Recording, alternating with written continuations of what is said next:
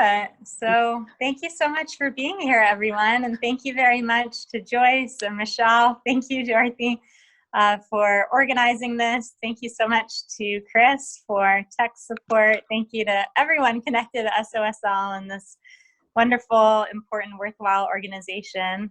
Doesn't seem to be one quite like it. Definitely not that I've heard of in California and perhaps all over the country. So really honored to be here. And Michelle, do you have anything you'd like to say by way of introduction or getting us started? I want to thank everybody for joining us. I'm Michelle Madden. I am the Outreach and Support Director of SOSL. I'm also a facilitator for them. And since COVID, we've been doing a lot of Zoom calls, a lot of Zoom meetings. And one of the themes that we've heard through all of our meetings is people are requesting things to understand mental health and what they can do to take care of themselves. So Kat approached us, and she's going to share some stuff, and then I'm going to give some helpful hints to help you guys through this. Okay, back to you, Kat. My name is Kat, and this is a little bit about my background. Gosh, it's such an honor to be here. And one of the ways that I first interfaced with Michelle and Joyce is through my work in the County of San Diego. I've been working for 4 years at a nonprofit organization called Mental Health America of San Diego County. We're actually the oldest nonprofit mental health advocacy and education organization in the County of Diego, specifically founded for those purposes. We used to do more research, but now we're primarily education and therapeutic-based services. We're proud to say that all of our services and programs are free of charge, and so we're often reaching those who, by some definition or another, would be categorized as the most vulnerable in our county. And that's something that, again, we've been up to since the 1940 HHSA employee. Real honor. Prior to that, I've had a really interesting career path. Prior to that, I served as a chaplain, an interfaith/secular mindfulness chaplain at New York University, NYU Center for Global, Academic, and Spiritual Life. That's a bit of a mouthful, but I basically led mindfulness workshops for people of faith and people of no faith, offering practical skills and tools that would support people in overall wellness, mental health, and de-stressing, basically. So that's been part of my background. Prior to that, I had a really interesting and educational experience serving as a staff member at the Chopra Center. Some of you might be familiar with Deepak Chopra. He's a well-known figure in the States, one of the pioneers of what's now called mind-body medicine, or the field of psychoneuroimmunology. That's a really long SAT word, psychoneuroimmunology. And that basically means the formal study of the mind-body connection. It actually started as the formal study of the mind, neurological system, the psyche, the system, and the immune system, psychoneuroimmunology, and basically how our thoughts, especially our repeated thoughts, can influence our immune systems and able to. So that's been a really amazing way for me to learn more about the practices that I'll tell you about today. I do want to give credit to Deepak Chopra for the title, or the partial title, of this class, which is Accessing Your Inner Pharmacy, Mental Health Tips for Difficult Times. And accessing your inner pharmacy is a phrase that I'm borrowing from him and his late business partner, Dr. David Simon, who specialized in cancer treatment. And all of that to say, one of the wonderful takeaways that I received in being a staff member and a student at the Chopra Center was simply that there's no shame, certainly, in receiving external supports, whether that is medication for physical and or mental health matters. However, there is a lot that we can access through our own inner pharmacy. We have a whole system of hormones. He is a former endocrinologist, which means someone who studies and practices within the field of human hormones particularly. That's a certain specialty within medicine. And we have a lot of happy hormones that can help us to feel good. strictly from an internal standpoint if we know how to intelligently access them. So it's not like we'll just get this influx haphazardly. We do need to be intentional about our practices, particularly repeated practices, which become our habits, right? So that's a little bit about what I'll talk about today, though I just wanted to give you a taste of my background so that you have a sense of who I am and what my background is and what I'm all about. So thank you. So I do want to offer a quick disclaimer, as one must these days. I do want to mention that the tips offered in this workshop are not meant to diagnose, treat, or cure any ailment, including COVID-19, the one getting most of the press these days. Of course, if you're experiencing consistent symptoms of any kind, I urge you to please contact your family physician. You do not need to go in person. You can call for a telehealth appointment, and if you are uninsured or there's some sort of unique situation, please just still call 211, because you can be connected to a public nurse, and that public nurse would also offer you a telehealth consultation.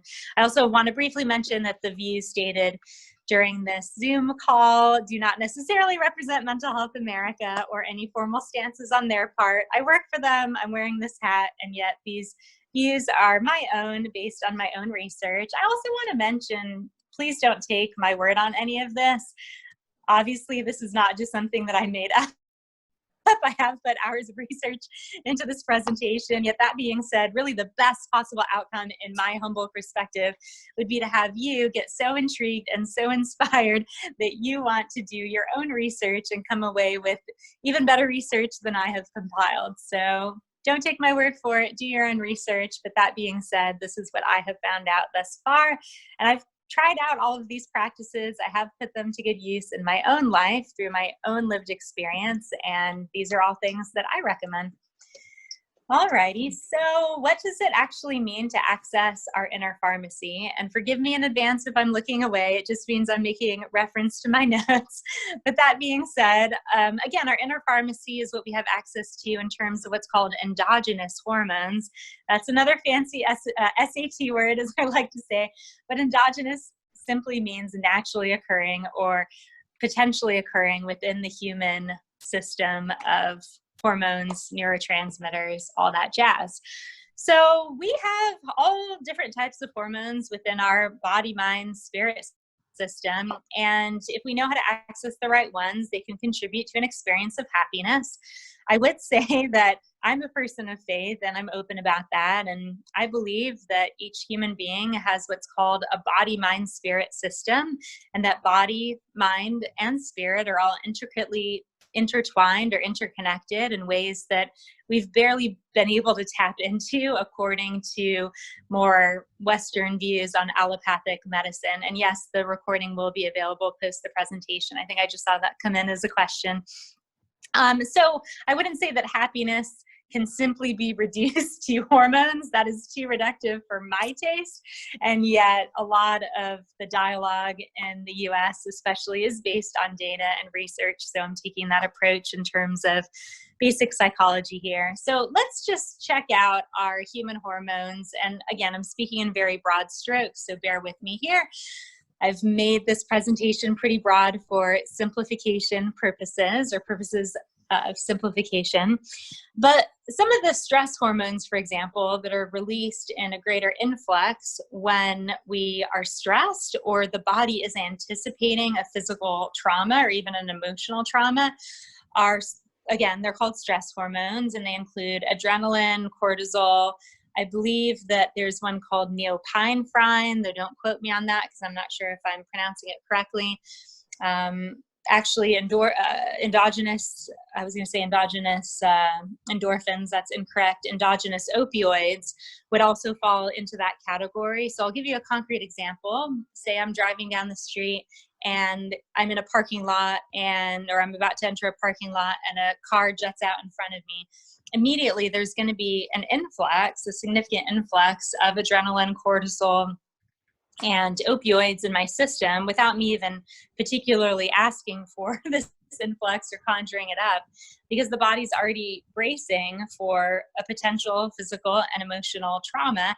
And that is a safety guard that, again, is part of our inner pharmacy. So that's really amazing. If we think about it, that's all happening involuntarily. And if there is a collision of some kind, that would help to reduce not only physical pain and shock, but also emotional pain and shock. So that system is very well in place. The other thing that I'll say is that I'm going to, again, highlight in this presentation 3 happy hormones. So they're not just there for when yucky things happen, but they're there to help us to, again, generate a state of well-being in our everyday lives. So here are some of the 3 main happy hormones that are out there. One of them is called oxytocin. Some people call this the love molecule or the intimacy hormone. Oxytocin is a juicy one, and I will cover that. There are endorphins. I like to call this the exercise hormone, and I will get into that as well. Then we have serotonin, the sunshine hormone. And often when people come to San Diego or LA, desperate for more sunshine because maybe they've experienced SAD, seasonal affective disorder, depression that largely has a seasonal component to it. They may have felt deprived of sunshine and consequently vitamin D in another place or state where they live, like Michigan or Colorado or something like that. So that being said, let's talk for a moment about dopamine as well. Dopamine has a little bit of a bad reputation. It's technically more along the lines of a happy hormone than not. It does produce pleasurable sensations in the body that are often associated with instant gratification. But the reason I'm not really going into dopamine during this presentation is because it's more problematic, much more problematic than oxytocin, endorphins, and serotonin. Why? Because dopamine is potentially addictive. An influx of dopamine often leaves us craving more dopamine. We can get into what's called a dopamine cycle or a dopamine spiral, where it just leads to this never-ending craving for it, really. So that's often why it's connected to a drug addiction, gambling addiction, sex addiction, something that's not really sustainable for the long term. Dopamine is a very powerful hormone. It's also released when we get our most core basic needs met, as an aside, such as drinking enough water or getting enough food, right? And so when we get into these other addictions that also create an influx of dopamine, basically what happens is it hijacks the brain. And again, this is broad strokes, but it hijacks the brain gets confused, and it starts thinking that snorting cocaine or something, for lack of a better example, is actually as important to the brain and body as drinking water. And that's why sometimes people get so out of control and they lose their sense of ethics with especially substance-based addictions, because it's hijacked the brain. The brain actually thinks it's as important as these core basic needs.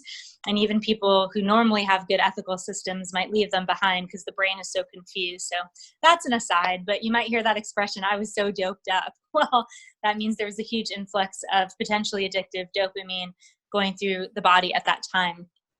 So let's go a little bit further, and on a happier note, I'm also going to mention another group of hormones just very briefly. And these are really important, especially as the body ages for women and we go through menopause. I'll speak for women as I'm female identified, but some people speak of menopause as well. I'm just not as well oriented in that direction. But what I will say is estrogen and testosterone, for example, are other important hormones, and they help to support us in feeling a great sense of energy and sustained energy. They also help us in large part with our experience of our gender. So that could be a whole other presentation for another day. Anyhow, for our intents and purposes, let's stick to these 3 happy hormones that I mentioned earlier, though I wanted to give you all a broad overview just so you have a sense that these aren't the only big ones out there. All right, so let's start with oxytocin, the really juicy one. I'm gonna get right to it, I promise you. So oxytocin is largely released in connection with healthy consensual touch.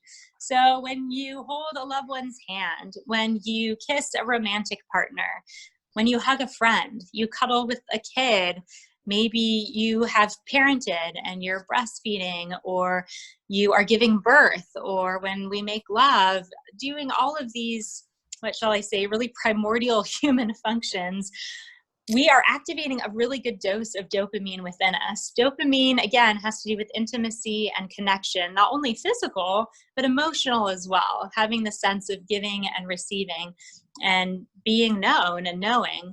Talk about our inner pharmacy at work, right? Oxytocin is a very motivating hormone. Some research actually suggests, and I love to go down the rabbit hole with this, so I won't digress for too long, but some research suggests that oxytocin is one of the oldest hormones, and there was a precursor to oxytocin that's more than something like 400 million years old. I mean, oxytocin is very primordial and ancient. But that being said, some say that without the uprising of oxytocin within the body, parents wouldn't bond as well with the newborn baby. We also wouldn't be as connected to others physically. So all of that to say, it helps us to not only connect well with others, but I would argue it really helps the human race to survive, because it puts us in the position where we would, for many people, want to create more humans and then raise them to survive. So that being said, now that I've established how important oxytocin is and I've grabbed your attention, I will say that especially since quarantine, I mean, we already live to a large degree in a low-touch society now. However, since quarantine has happened, a lot of us have experienced a depletion in our oxytocin levels.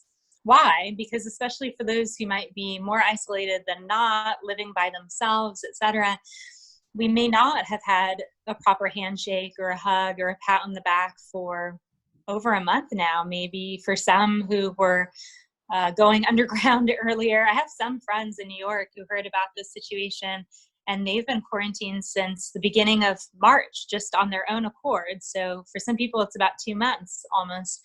But all that to say, that's a depletion of oxytocin, because if we're not engaging in a lot of consensual touch, we're probably feeling that effect now, right? So here are a few ways, going more to the positive end now, in terms of how to compensate for oxytocin depletion, even if you live completely by yourself right now. So one of the ways is to touch or hug a plant in your home, especially if it's a larger one. I know it's hard to hug a flower or a few little bamboo sprouts or whatnot, but you can also cuddle with an animal. I know there's been some press recently as to how all the kennels are sold out, and that's good news if people can sustainably afford that. So that's a great idea. You can also lean against a tree or hug a tree. And we were joking earlier before the call started about how COVID is creating a lot of hippies or renewed hippies. So I'm just putting it out there, but you can lean against a tree, hug a tree. The government of Iceland actually issued a formal statement on this recently, and they're encouraging their citizens to go out and spend time making contact with the tree for at least 5 minutes a day to compensate for the lack of human touch and oxytocin. So I thought that was really sweet. I might be moving to Iceland in the near future. All right. So Kat, on that, so it has to be something living. Is that what you're saying? Yeah. Like a tree or a plant, or not like a pillow, something that actually is alive? Is that what you're saying? I would say that the research on that is a bit more established. Now, of course, and that's a good question, Michelle. Now, of course, mental health, similar to astrophysics or some of the other leading edge fields, is engaging in research every day. So it's forever changing. And there have been some studies that even weighted teddy bears or weighted blankets. Weighted teddy bears often imitate the weight of a baby, or weighted blankets that are extremely comforting and cozy, right, especially post-trauma, do have a measurable effect. Though I'd say that research is a bit newer. So just because research is newer doesn't mean it's less viable necessarily. though I'm turning to research that's a little bit more well established. But at the end of the day, look, I always say whatever works for you works, and if it's not harming someone, then it might be helping, right? So hey, go for it. But a Yeah, sentient being is pretty good.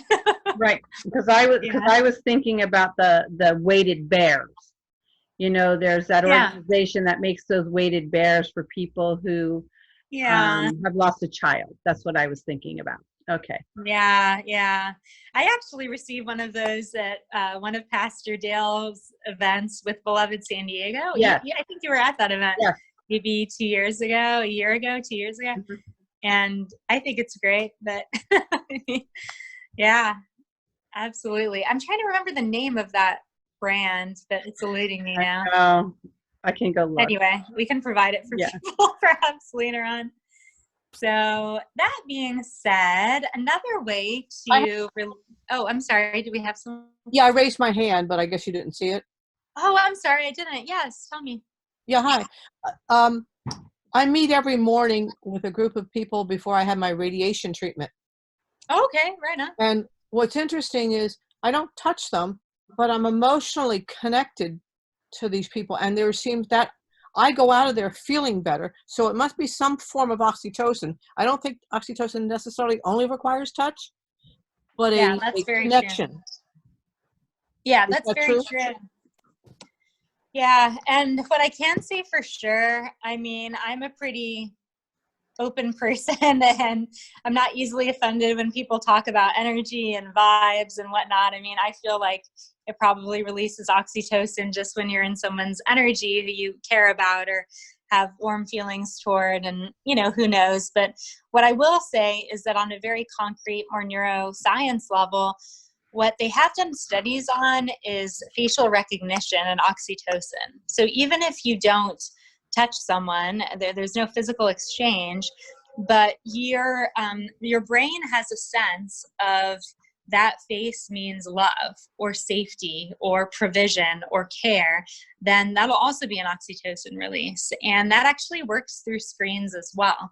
I'm not sure if it works to the same amount as in person, but some studies suggest that social media that uses facial recognition technology, so not only hearing someone's voice through a Zoom call if their video is blocked, but conducting a Zoom with video. Obviously, we're doing it for privacy today and it's intentional, but doing a Zoom meeting or a FaceTime meeting or a Skype meeting with someone you care about, and you see their face, they see yours, there's a recognition in the brain of this face. This face means positive things. That'll also produce some oxytocin. So that's always a big controversial question, right, in mental health, especially in the last 10 years. Is social media good? Is it bad? Is it destroying civilization? Is it helping civilization? And I will briefly speak to that, which is simply, to some extent, all things in moderation, right? But more specifically, if people are using social media in a way where they're seeing people's faces and they're engaging, so maybe a Facebook Live would be more effective than just seeing someone's photo on Facebook, for example. And they're also finding some way to interchange, that does help with better brain function, versus if someone is just going on social media, whether it's Facebook or Instagram or Twitter, another platform, and just what they call scrolling or trolling, you're just reading stuff and just kind of taking and then getting off. That doesn't activate the same set of brain responses or brain impulses. It doesn't really do much for you. And in fact, it's probably a time waste, right? But if you're commenting thoughtfully and you're going back and forth in conversation, verbal or written, that mimics in-person socialization. So it's pretty fascinating stuff. And I'm sure a lot more research will be done on it. Thank you. That's very interesting. Yeah. But I'm not surprised that you feel so good seeing the faces or the forms of people who you care about and, receive some encouragement from. And what did you say that group is for? Is it? We meet every morning for the last 6 weeks. We're undergoing cancer radiation. Oh my goodness gracious. I thought you said that, but I wanted to check. Yeah, so we're all in that group. So that's my human contact for Monday through Friday. Yeah, absolutely. And I certainly wish you well with your treatment. What a time to be going through a it's health been- challenge. It's been positive because I have learned there's other people going through many kinds of things, and they're there, and you suit up and show up. Yeah, Right. it is a discipline. Good for you. Thank you so much. Sure. I appreciate your comment. Thank you. So another way to release oxytocin, and this might be more popular with some, less popular than others. Oh, thank you, Michelle. It's called the Comfort Cub. Yeah, so good. thecomfortcub.org. They're a great organization, or so it seems, at least, the way that they donate and contribute. It's very cool. But anyway, that being said, another way to release oxytocin is from a good old-fashioned cry. And that's largely why we experience crying is so cathartic. There's this buildup of emotion or tension, and then we let it all out. And with that comes oxytocin. I would say if it's the intimacy hormone, crying is actually one of the ways, sometimes poignantly, that we connect to ourselves, our inner selves, right?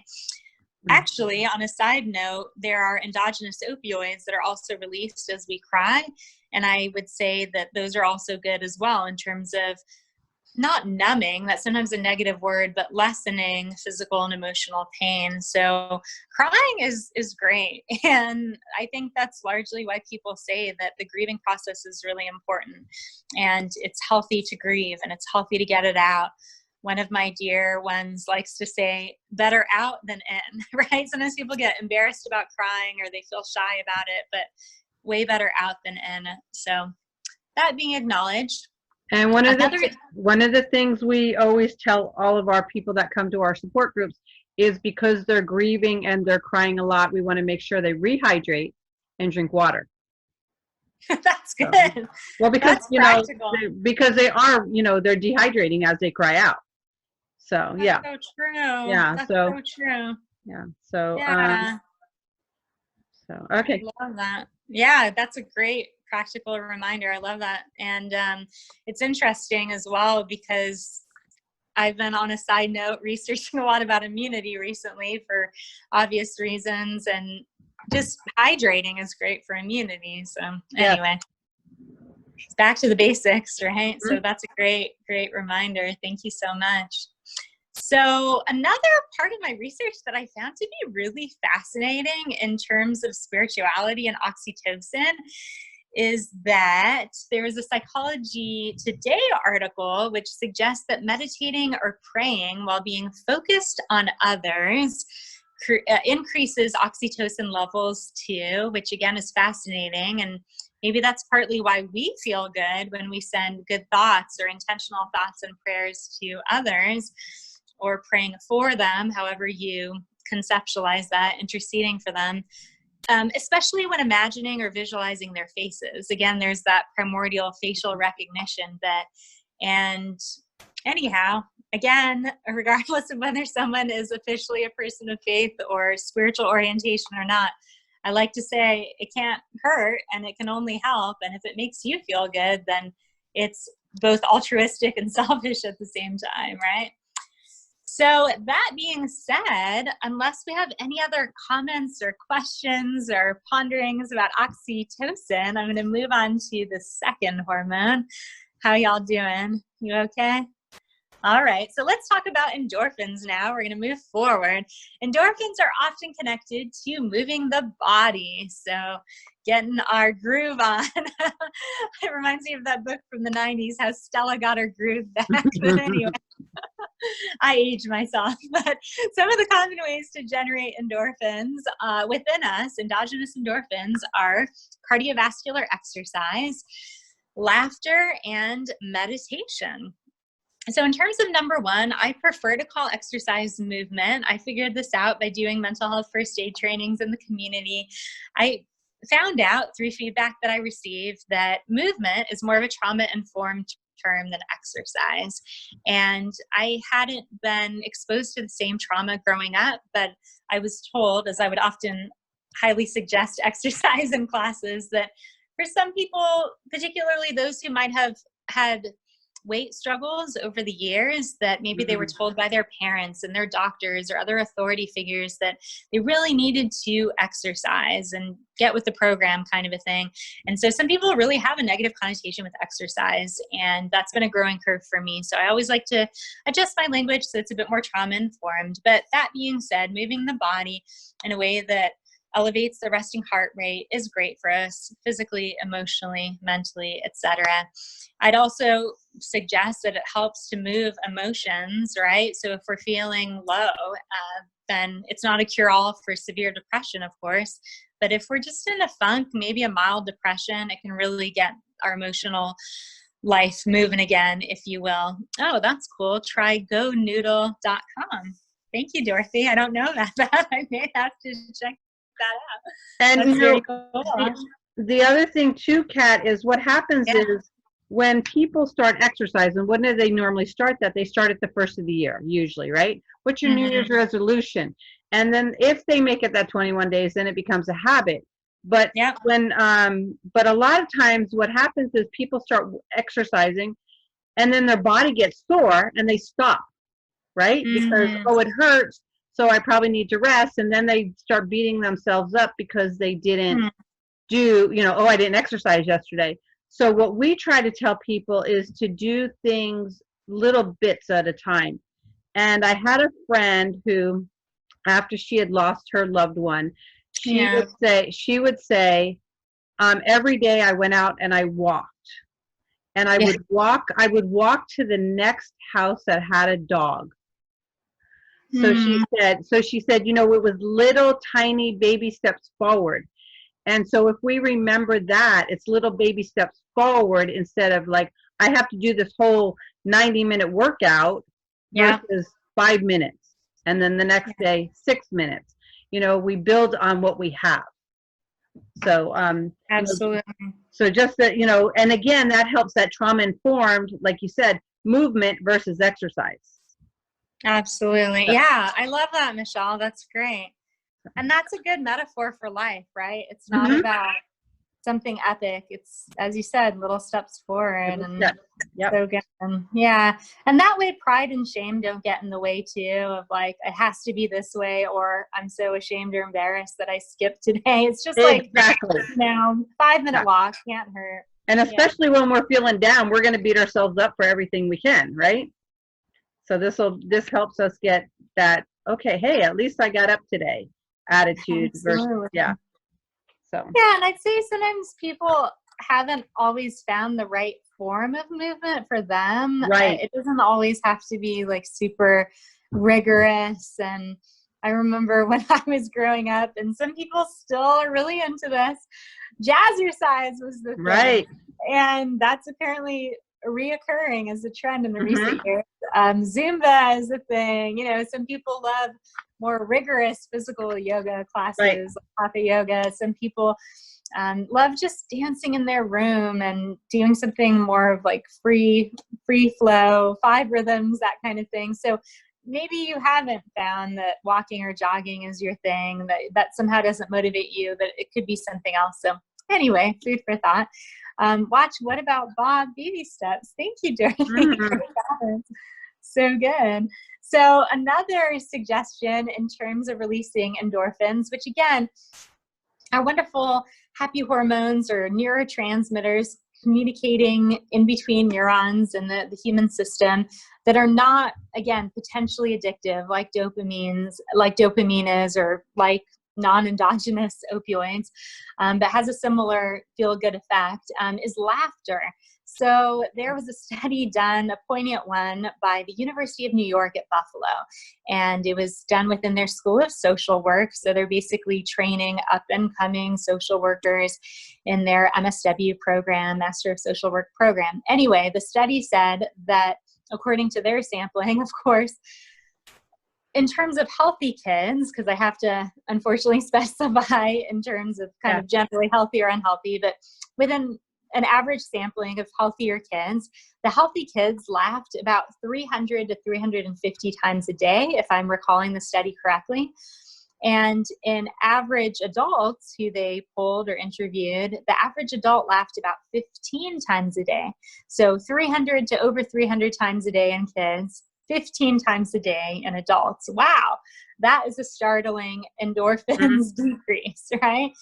And I'd say that especially during this time, and you all are really, what shall I say, probably experiencing, I'm saying probably because I don't want to assume, but it's probably a fair assumption to guess that many of you are experiencing layers of trauma that you're moving through right now or is being re-triggered, right? So sometimes it can feel very counterintuitive to giggle or laugh or focus on anything light during this time in life when we're experiencing, again, collective trauma and that intersection between individual and collective.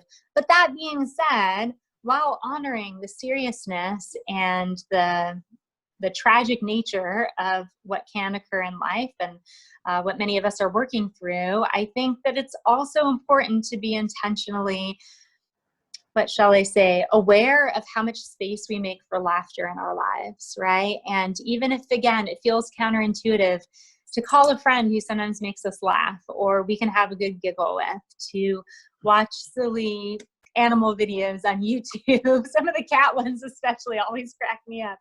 Or watch an old-fashioned movie that just makes us laugh out loud. That is medicine, right? That is definitely medicine. So something to consider.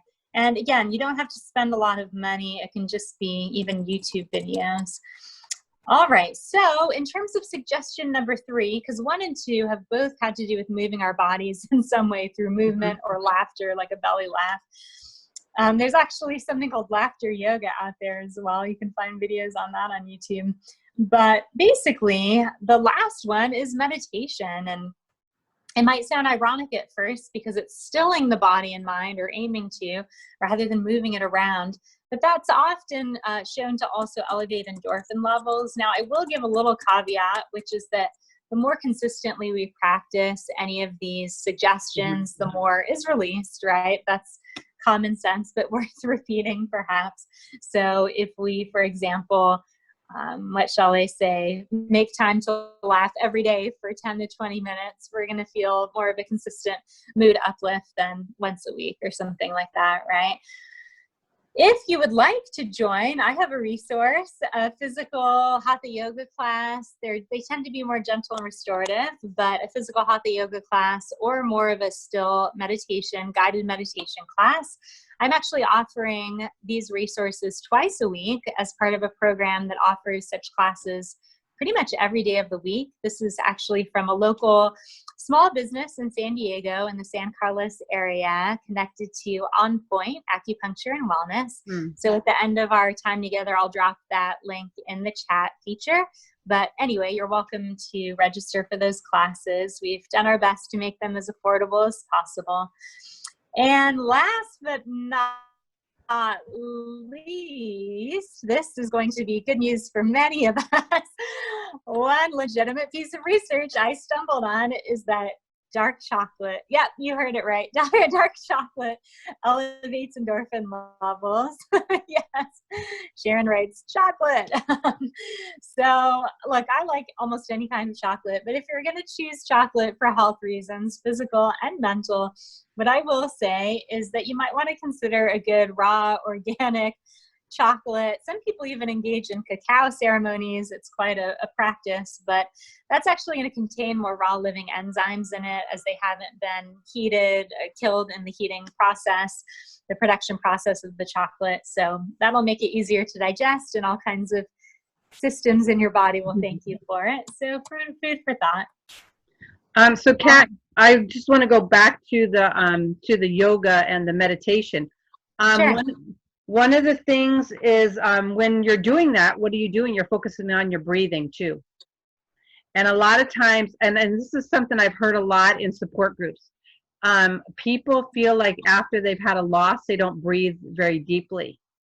You know, I remember a friend of mine saying, I don't think I took a deep breath for 6 months. You know, so that will help you focus on your breathing and help you to get good, clean oxygen into your body to also give you some energy too. So, Yeah. and then remove some of those toxins. So, just wanted to add that in there. Yeah, that's very true. I'd also say that with the whole COVID-19 thing, it's interesting because anything we're doing preemptively to, dare I say, increase our respiratory capacity is a good Yes. thing. Mm-hmm. And again, it can't hurt, it can only help. Someone suggested that we recommend a particular chocolate. At the risk of getting too brand namey, I would just say go to Whole Foods or Trader Joe's. Sprouts or, Lazy Acres, any of those stores. Perhaps in person is harder these days, but even online, and just research organic and or raw chocolate. So Right.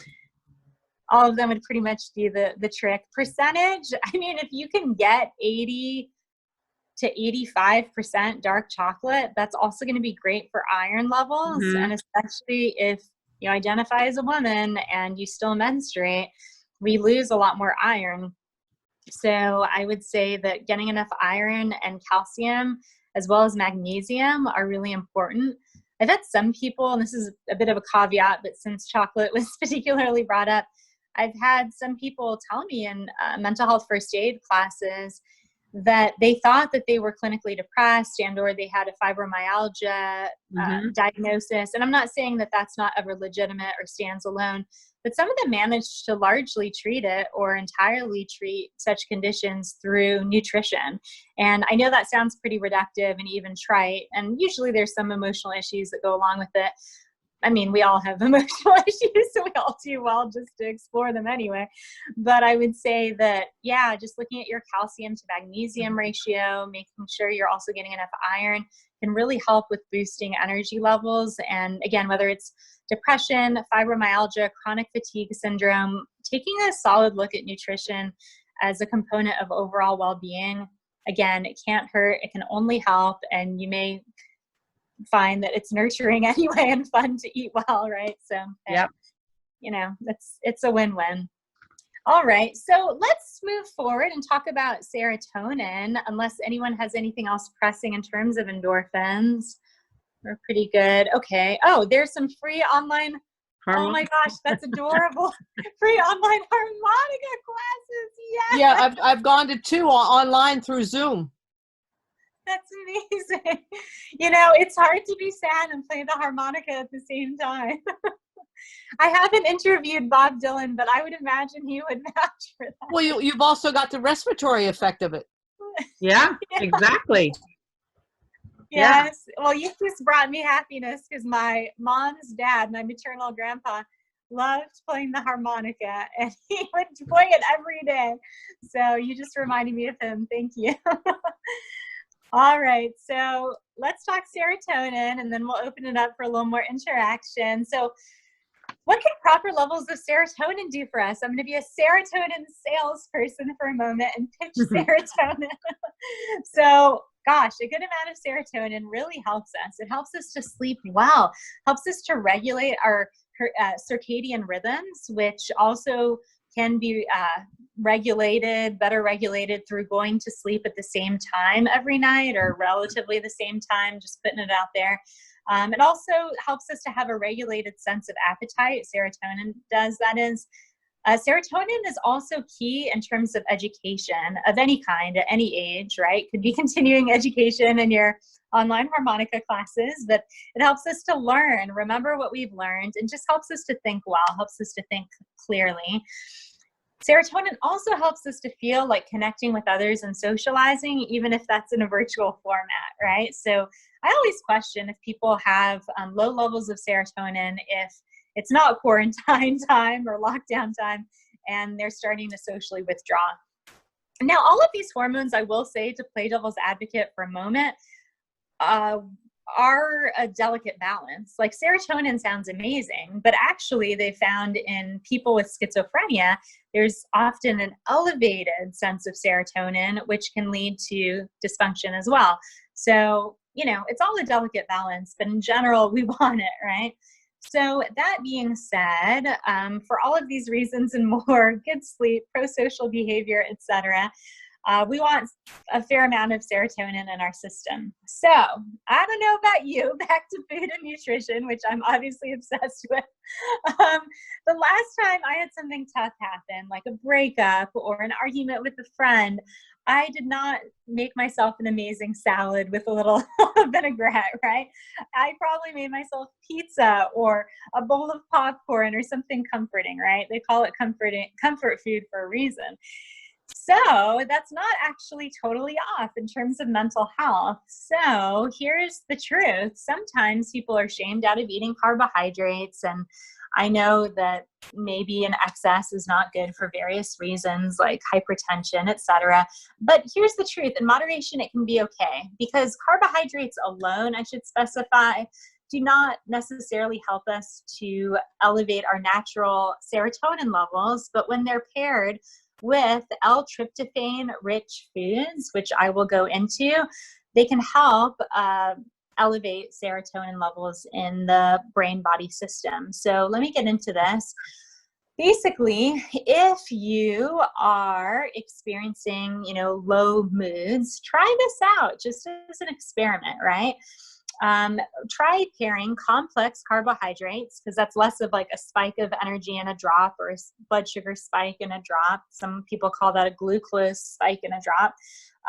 But complex carbs, so less sugary, more complex, like, for example, whole wheat bread, or something that's a bit more sustainable, like whole grain pasta, paired with, again, tryptophan-rich foods such as chicken, eggs, cheese, turkey, salmon. For my vegetarians out there, we'd also be looking at tempeh, beans, lentils, spinach, other leafy green vegetables. So regardless of your dietary preference, you can find L-tryptophan-rich foods.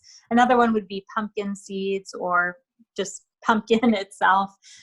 They can really help the serotonin get going. But again, L-tryptophan foods don't always cross the blood-brain barrier, which I don't fully understand all of the science, but what I do know is that many studies suggest that, again, pairing complex carbs with some of these L-tryptophan rich foods, so that's probably why we feel really good after Thanksgiving, at least many of us, eating some of those Thanksgiving leftovers, right?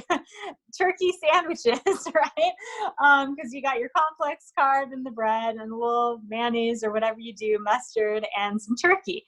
That's a perfect example of a tryptophan-rich food paired with a complex carb. So that supposedly would raise the serotonin levels, because that would help the tryptophan-rich foods cross that blood-brain barrier. They're being carried along with the complex carbs. So that being said, I will just simply mention that tryptophan literally converts into serotonin when it reaches the brain. But again, crossing that blood-brain barrier is a potential hurdle. So a little food for thought, excuse the pun. And I'd also venture to say that this is often why people on a low carb or no carb diet might get a little cranky. But again, I don't want to be too controversial, because I know some people are real into their diets. But that being acknowledged, I'm going to move to a topic which has become pretty popular in the last few years, which is probiotics. So regardless of your dietary theory, it's hard to deny the power of probiotics.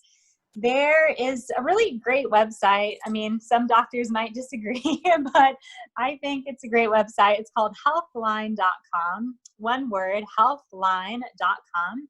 And I'm going to quote healthline.com in terms of probiotics here. Research suggests getting more probiotics in your diet may increase tryptophan in your blood, helping more of it to reach your brain. So, end quote. What they're suggesting is that probiotics have a similar effect to complex carbs, and that it helps to, generate serotonin by way of tryptophan. So perhaps one can find some success pairing L-tryptophan-rich foods with probiotic supplements or probiotic-rich treats, which are some of my personal favorites, such as kombucha, Now, notice I did not say hard kombucha, because alcohol does lower immunity, my friends. But I just said kombucha. It's usually about 0.01% alcohol, so you just get a little trace amount there. It shouldn't be disruptive unless you are #SoberLife, and even that amount of alcohol might be re-triggering or disruptive to you. So you'd obviously have to put everything I'm saying through your own discernment mechanisms. But generally, kombucha is fermented green and black tea and has a fair amount of probiotics, in some cases a high amount.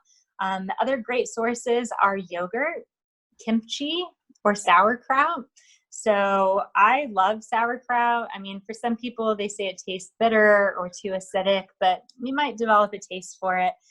And in addition to maybe putting some pumpkin seeds into a Greek yogurt and going to town, again, just having some yogurt would be an easeful way to go. I would also say if you've been on a round of antibiotics, you may have even had a doctor or a healthcare provider say, look, now that I've put you on antibiotics for X, Y, or Z, you might want to integrate some probiotics into your diet. So some of us have done this before, and we're not totally new to this game, but it's a good reminder, I hope. So another thing that I want to highlight here is a great way to get a wonderful hit of the naturally occurring serotonin is via sunshine. And we are so grateful, at least I'm so grateful, to be living in a wonderful time of year now, wherein we're experiencing a lot more sunshine. And it's a great time to just go outside and play. Even if you're having a rough day and it seems like the last thing you want to do, you might want to just do something simple like grab a blanket or a beach towel. And if you are privileged enough to have a backyard or a front yard or a park within walking distance, you know, obviously heating city and county regulations, whatever they may be at the moment. But see if you can just pop down, you know, on a blanket or a mat or something like that and just sit on the grass, on the earth. It's so relaxing and grounding. And that's going to help not only in terms of absorbing sunshine and vitamin D, and again, boosting our natural serotonin levels, but some studies have shown that when we are sitting on the earth or standing on the earth with bare feet, we're engaging in something called grounding or earthing, and that helps to guard us from electromagnetic frequencies that often come from cell phone radiation and other forms of low-key radiation. So that's a whole rabbit hole in and of itself, but I suggest looking up earthing or grounding. I'll highlight vitamin D just a little bit more, and then we'll again go into more of an interactive format. But one thing that I found out about vitamin D, which I think is wonderful, is not only does it serve to boost our immune systems, but it also helps us to be in a better mood. So that's probably why we feel good laying out in the sun or have positive memories of hanging out on the beach as a kid or something like that. So here's a quote from an article that was featured on Psychology Today, psychologytoday.com. The article, which is from November of 2011, November 14th, 2011 to be precise, is from an article entitled Psychological Consequences of Vitamin D Deficiency. Wow, that's quite a title. Psychological consequences of vitamin D deficiency. So it states, quote, vitamin D is the only vitamin that is a hormone, in addition to its well-known role in calcium absorption. So not only taking calcium in, but allowing it to be usable by the body. Vitamin D activates genes that regulate the immune system and release neurotransmitters, for example, dopamine, serotonin, that affect brain function and development. So not only is it good for brain function, but brain development in the developing brain. And incidentally, our brains typically continue to develop until the age of 25. So making sure that kids and young adults get significant amounts or appropriate amounts even of sunshine, hence vitamin D, is great.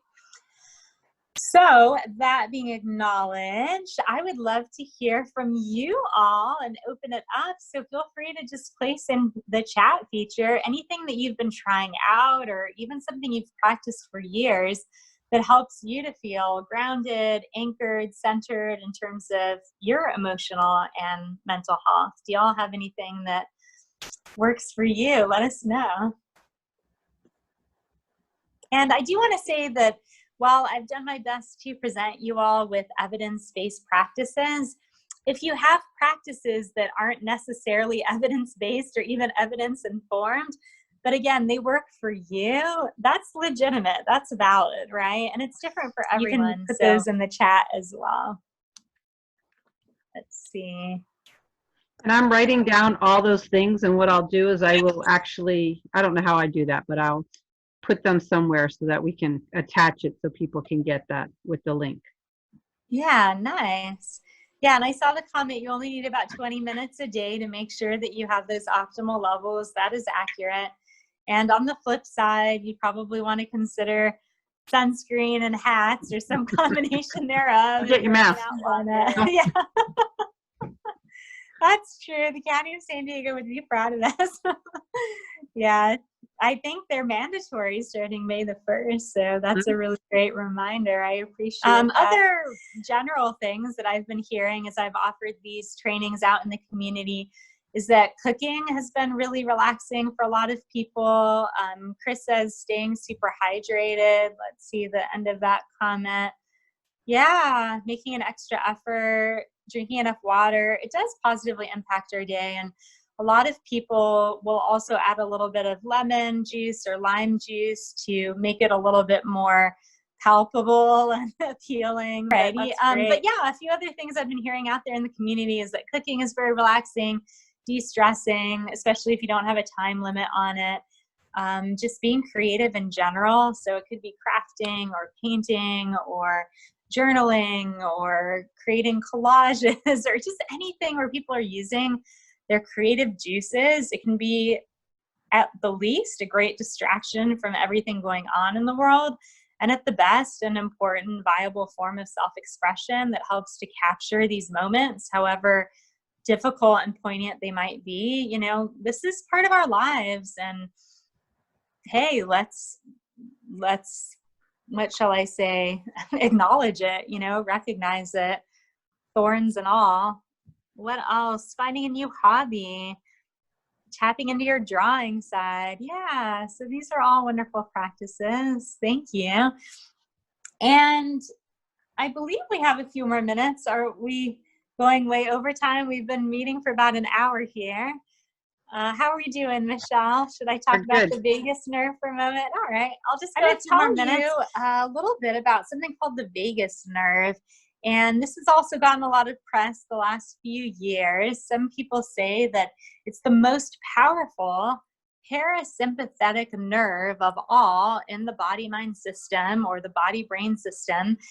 What does that even mean, right? Like, speak English, cat. Well, the powerful parasympathetic nerve basically means that when we stimulate it, or some people would say activate it, we're helping the body-brain system in a very efficient way move from what's called the sympathetic nervous system to the parasympathetic nervous system. The sympathetic nervous system is often known as fight, flight, or freeze. And I appreciated that wistful comment earlier, however truthful and resonant, about that person not fully breathing for 6 months while they were grieving, right? I think a lot of us for the last month or so haven't really fully breathed. But what I will say is that that is an indicator, typically, that our nervous systems are largely functioning in fight, flight, or freeze mode. And there's a lot of adrenaline, a lot of cortisol, et cetera, firing during those time periods. So that can get into chronic stress and resultant physical health issues, let alone mental tension. So we want to ideally move from the sympathetic nervous system mode into the parasympathetic nervous system mode. Easier said than done, but here's a shortcut. So as we breathe in deeply through the nose, and then hold the breath for a moment if possible, oxygenating the system. Just like we hydrate our body, we also want to oxygenate it. And then exhale out through the mouth. So in through the nose, holding the breath for a moment, exhaling out through the mouth. We are, again, not only oxygenating our body, our bloodstream, all of the cells in our body, including our brain cells, but we are, again, moving that nervous system from fight, flight, or freeze to parasympathetic mode, which some people call rest and digest, right? It's the mode that you're in when you let go and you take a nap, or you read a book and you fall asleep, or you're just chilling out, digesting your food, having a chat with a friend, you're feeling very cozy and comfortable and relaxed. That's a different mode, right?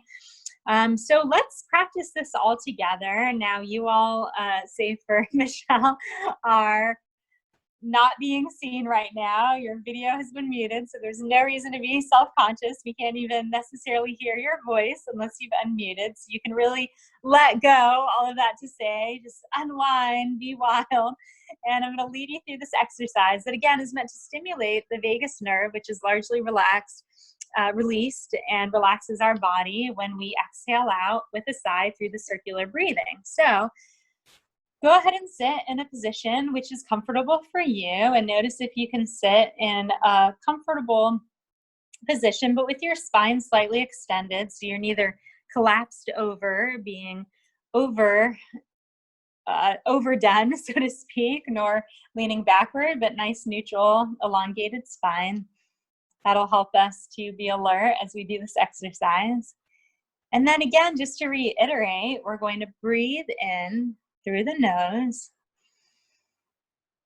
hold the breath for a moment, and then exhale out, dropping the jaw down, out through the mouth.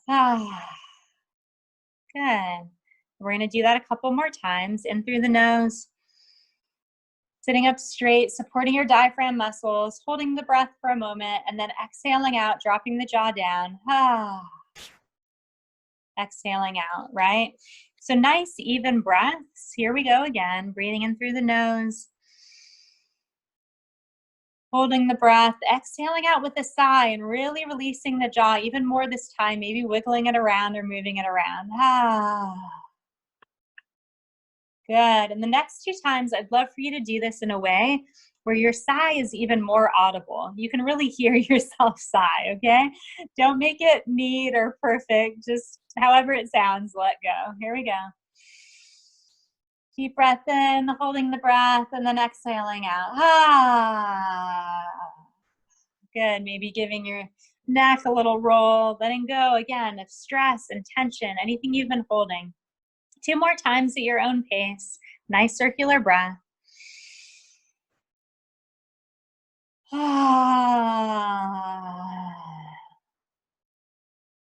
Good. As you feel ready, last time. Deepest breath of the day. Letting go. Keeping your eyes closed, or gently gazing down for a moment. And just taking a moment to thank yourself for showing up on this call, being courageous enough to join in, try out something new, hear a few new things perhaps, or a few good reminders of things you already knew, and really investing in your wellness today and your well-being. I appreciate it. I thank you for being on this call. And lastly, I thank again Joyce and Michelle and the SOSL SD board for inviting me to speak and giving me this opportunity to serve you. So thank you so much. I appreciate it.